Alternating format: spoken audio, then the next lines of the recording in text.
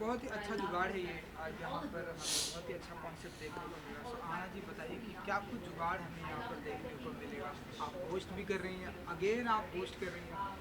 Again मैं host कर रही हूँ, मैं यहाँ पर भी होस्ट कर रही हूँ क्योंकि सरोवर जी मेरी गेस्ट हैं इस शो पर। सॉरी, मैं आपको कॉफ़ी नहीं पिला सकती, पान खिला सकती हूँ। सामने पान वाला है, बहुत पान का अच्छा जुगाड़ करिए पहले पान आप। का जुगाड़ करेंगे आज। तो ये हमारा शो है, इसका नाम है द इन्वेंटर चैलेंज। और सरोवर हमारी हमारी 4 पैनलिस्ट हैं, उनमें से एक पैनलिस्ट सरोवर हैं। सरोवर जैदी दिल्ली से हैं और करेक्ट ना, दिल्ली करेक्ट ना? हाँ, मोस्टली मोस्टली दिल्ली। उनको दिल्ली से बहुत प्यार है। दिल्ली से बिल्कुल प्यार नहीं है मुझे, मुझे बम्बई से। बिल्कुल प्यार नहीं है। नहीं नहीं, इनको दिल्ली से बहुत प्यार है। आपको दिल्ली से बहुत प्यार है? नहीं, आप बोल सकते हैं। नहीं नहीं, ऐसा कुछ नहीं है। बिल्कुल प्यार नहीं है मुझे, तो बम्बई से प्यार है। इसीलिए तो बॉम्बे आई हैं इंटरव्यूज़ करने। फिर तो तो आपके पास बहुत सारे जुगाड़ होंगे बॉम्बे जाने के लिए। ये बहुत जुगाड़ लगाती हैं, ये बहुत जुगाड़ पूरी लगाती ज़िंदगी हैं। इसी में निकल गई कि बॉम्बे वापस कैसे आओ। हाँ, अब क्या मैं बता। बॉम्बे में 15 साल रहती थी पहले, तो फिर मेरी रिसर्च थीसिस भी बॉम्बे के ऊपर ही है, भिंडी बाज़ार और डोंगरी के ऊपर, अरे बाप रे। आर्किटेक्चर और रिलीजन पे। तो उसके बाद चस्का बॉम्बे का ही है, लेकिन बम्बई पकड़ता नहीं है। नहीं नहीं, बम्बई आपको बार बार बुलाता है। मैं बिल्कुल वैसे हो मुंबई गई। की एक खासियत है मैडम, हाँ जी, जो यहाँ पे रुक जाते हैं फिर वो जाते नहीं। बिल्कुल मन नहीं होता जाने का। जाने का मन नहीं। आहाना जी देखिए, यहाँ की मुंबई गर्ल हो गई। मुंबई गर्ल हो गई। मेरा भी ट्विटर हैंडल आज तक बॉम्बे वाली है। हाँ, I saw that, I was laughing. तो मैं बम्बई तो मुझे बहुत पसंद है। मैंने 23 साल की उम्र पे यहाँ आई थी और उस टाइम मैं बैंक में काम करती थी टू थिंक ऑफ और मैंने पढ़ाई की थी फ़िलासफ़ी और एंथ्रोपोलॉजी में। लेकिन उनको मेरे दिमाग में कुछ पसंद आ गया, तो उन लोगों ने बोला आ जाइए। तो फिर यहाँ पे काम किया। फिर ये सब बताना है, बताऊँ मैं ये सब? बताओ ना। भी बता सकती हैं। फिर मैंने काम किया पूरे बिहार, झारखंड, छत्तीसगढ़ में। और वहाँ पे काम किया जैसे डॉक्टरों के साथ, सरकारी स्कूलों में, ये सब चीज़ों में काम किया। छोटे छोटे डिस्ट्रिक्टों में जाके काम किया, पीएचसीज में काम किया। और वहाँ पे जो जैसे लोग रहते हैं और जैसे ज़िंदगी के जुगाड़ निकालते हैं, जहाँ पे डॉक्टर्स होते हैं जिनके पास इक्विपमेंट नहीं होता डिलीवरी करने का, माय गॉड। और वो 3-4 चीज़ों हमने में। 3 इडियट्स में देखा ना, वो वैक्यूम से हाँ। वो बच्चे को निकाला था ऐसे। हाँ, मतलब वो उसी, मतलब उतना भी नहीं, लेकिन जो क्योंकि हमारा देश में बहुत जगह ऐसे पिछड़ापन भी है और गरीबी भी है और सरकार की बहुत सी चीज़ें कहीं पहुंचती नहीं हैं, तो लोग हमेशा किसी तरह के, अब मैं जुगाड़ शब्द कई बार इस तरह से यूज़ होता है कि लगता है कि वो कुछ नेगेटिव चीज़ है, लेकिन मैं उसको नेगेटिव चीज़ की तरह नहीं देखती हूँ। मैं ये सोचती हूँ कि हर इंसान के अंदर एक क्रिएटिविटी होती है। अब मैं बच्चों को पढ़ाती हूँ कॉलेज में, आर्ट आर्किटेक्चर डिज़ाइन के कॉलेज में पढ़ाती हूँ, तो हर किसी के अंदर एक वो होता है तरीका अपने आप से कुछ कोई चीज़ नहीं होगी उससे आप कुछ बना लेंगे। छोटे बच्चे आप देखेंगे, उनके पास कोई खिलौना नहीं होगा, एक कटोरी और एक चम्मच उनकी माँ उनको पकड़ा देंगी, वो पहला खिलौना हो जाता है हमारे देश में। टंग टंग टंग टंग पीटते रहते हैं, वो खिलौना बन गया। अब आप कितने महंगे महंगे खिलौने ले आओ, उससे कुछ नहीं होगा। उनका जुगाड़ वो टंग टंग टंग हाँ, करके एग्जैक्टली। बर्तन के खिलाफ। हाँ, तो नाउ अब आपने मुंबई में आकर जुगाड़ कर लिया है, शो भी कर रही है आहाना जी के साथ। तो बताइए कि ये जो ब्यूटीफुल लेडी हैं आपके साथ, इनके साथ कैसा रहा नहीं, एक्सपीरियंस? हाना जी के बिना तो हम जी नहीं पाते अगर इस शो में। ओह वाह, ये तो मुझे पहली बार लगा। मतलब हम लोग तो जब ऐसे गिर रहे होते थे थकान से, हाना जी की एनर्जी तो आपको मालूम ही नहीं है, कहीं से और से आती है। तो जो हाना जी आ जाती थी तो हम लोगों को उठा लेती थी, हम तो ऐसे पड़े हुए होते थे लाशों की तरह। ऐसा कुछ नहीं था। ठीक है। ये बंडल मार रही है। खींच, मतलब ये हमें दम में रखती थी एकदम। तो हाना जी के साथ तो काम करके बहुत बहुत मज़ा आया। और हमें ये भी लगा कि ये होस्ट भी हैं और एक बहुत सारी आइडियाज़ से भी कनेक्टेड हैं। ये खुद भी बहुत सारी चीज़ों के बारे में सोचती रहती हैं और वो इनका इन्फ्लुएंस हम पे रहा, हमें नहीं पता हमारा इन्फ्लुएंस इन पे रहा या नहीं। कुछ ज़्यादा ही रहा। आहाना जी ये लेक्चरर भी हैं बिल्कुल। तो बताइए कि तो स्टूडेंट ऑफ द ईयर बन गई मतलब। हाँ, बिल्कुल। स्टूडेंट ऑफ द बताइए कि ईयर। इनका इन्फ्लुएंस कितना आया आपके ऊपर, क्या क्या चीज़ें एक्सेप्ट की आपने इनका? तो बेसिकली सरोवर और ध्रुव ध्रुव और मालिनी, एक्चुअली मैं सिर्फ मालिनी को इससे पहले जानती थी। मैं ना सरोवर को जानती थी, ना ध्रुव हसीन और ध्रुव मधो को जानती थी। ध्रुव्स, हमारे ध्रुव्स, हाँ दोनों। और जब हमने शो पहली बार किया, आई रिमेंबर, मैं इनसे पहली बार जब मेरा इंट्रोडक्शन हुआ तो मुझे पता चला कि दोनों ध्रुव्स अराटा नाम की एक कंपनी है जो स्किन केयर हेयर केयर के प्रोडक्ट्स बनाते हैं। एंड इन लोगों ने खुद से मतलब ये कंपनी लिटरली स्क्रैच से स्टार्ट की थी और अब मतलब इन लोगों का एक बहुत बड़ा बिजनेस है। एंड इनके बहुत फेथफुल और एक कस्टमर्स हैं जो मतलब इनका ऑनलाइन बहुत बड़ा बिजनेस है और मुझे इसके बारे में कुछ नहीं पता था। मैं पहली बार इन दोनों से मिली, मैं सरोवर से पहली बार मिली। मुझे इन लोगों के बारे में क्या इंटरेस्टिंग लगा, एक तो ये लोग एकदम अलग अलग जगहों से आए हैं, लाइक ये अलग दुनियाओं से आए हैं, लेकिन मतलब ये इनको डिज़ाइन के बारे में पता है, ये इतनी जगहें घूम चुकी हैं, ये इतनी ज़िंदगी जी चुकी हैं, इनको इनके एक्सपीरियंसेस जब ये हमें बताती थी और या मान लीजिए अपने हमारे इन्वेंटर्स को बताती थी तो बहुत इंसाइटफुल होता था। सो मैं हमेशा से अपने आप के बारे में ये नहीं सोचती हूँ कि मैं सिर्फ एक्टर हूँ। मुझे लगता है कि मैं एक ऐसी इंसान हूँ जिसे हमेशा हमेशा क्यूरियोसिटी होती है कुछ नया सीखने की, कुछ नया समझने की, और मुझे नए लोगों से मिलने का बहुत शौक़ है। तो मुझे बहुत इंटरेस्टिंग लगा सरोवर की लाइफ के बारे में जानना, क्योंकि मुझे लगता है कि ये ऐसी ऐसी जगहों पे गई हैं या ऐसे ऐसे लोगों के साथ काम किए हैं जिनके साथ हमें कुछ लेना देना ही नहीं है। हम उन लोगों से नहीं जुड़ सकते क्योंकि हम बहुत दूर हैं उन लोगों से, उन दुनियाओं से, और ये उससे इतने करीब हैं कि इनके ज़रिए या इनके थ्रू हमें पता चला कि भाई वो भी एक ज़िंदगी है।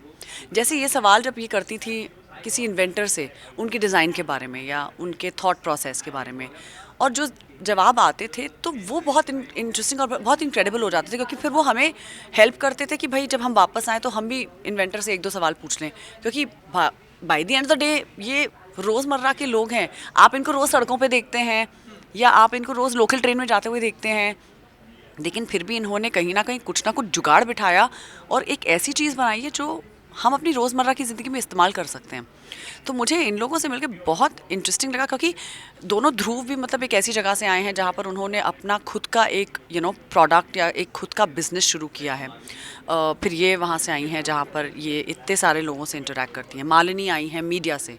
मालिनी खुद अपनी रोज़मर्रा की ज़िंदगी में इतने सारे लोगों से मिलती हैं, इतनी चीज़ें करती हैं, it's very difficult to even keep up with what Malini does, so I feel like मुझे ये पूरा पैनल बहुत ही ज़्यादा इंस्पायरिंग लगा। अपार्ट फ्रॉम द इन्वेंटर्स, मैं इन सब से बहुत ज़्यादा इंस्पायर्ड हूँ। और इनके अंदर आहाना जी के अंदर एक मैं नाम याद दिलाने के लिए बैठी था। नहीं, आहाना जी का नाम कभी भूलने ना भूलेगा।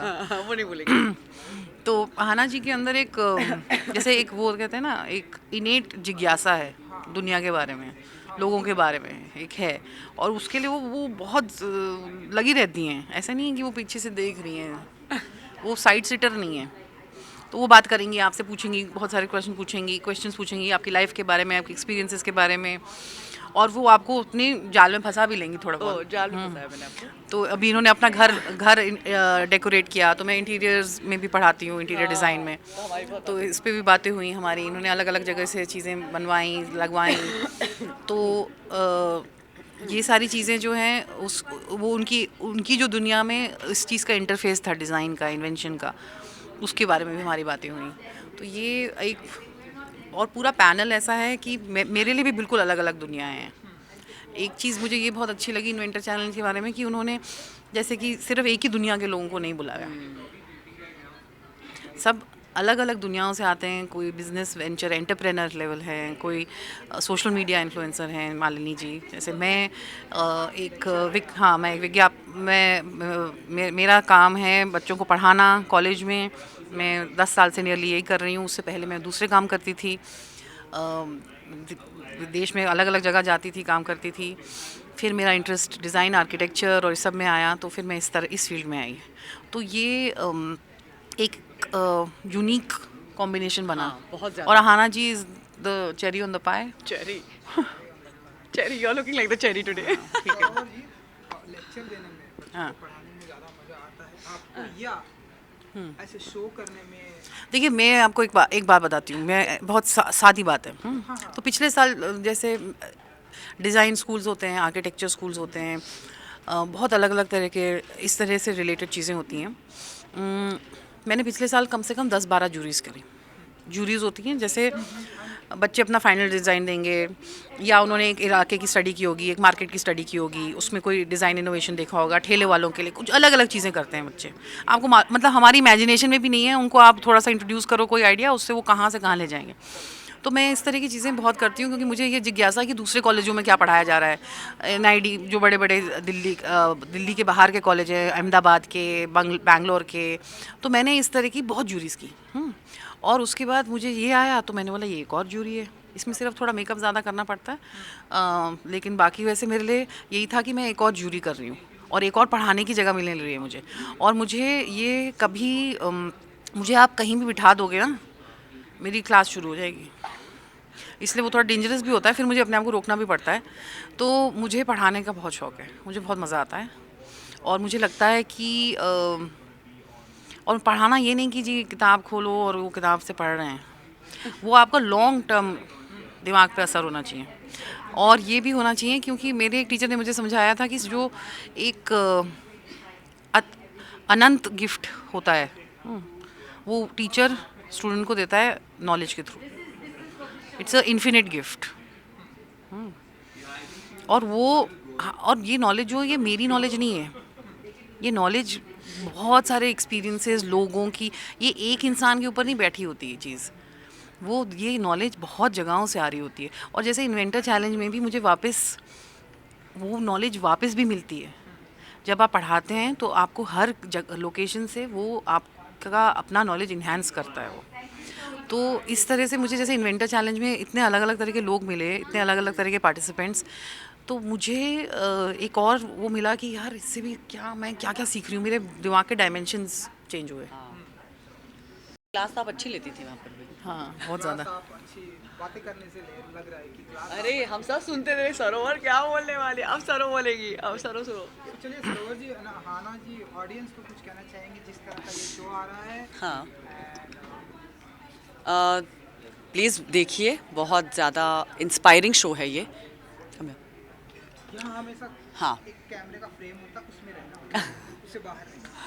अब आप उनके टीचर बन रहे हैं, मीडिया टीचर, मीडिया टीचर। यही तो मेरा वो है लाइफ का, अभी ये नया चीज़ सीखी हूँ मैं पूरा कि कैसे रहना है, इंटरव्यूज़ कैसे करते हैं। इंटरव्यूज़ कैसे करते हैं।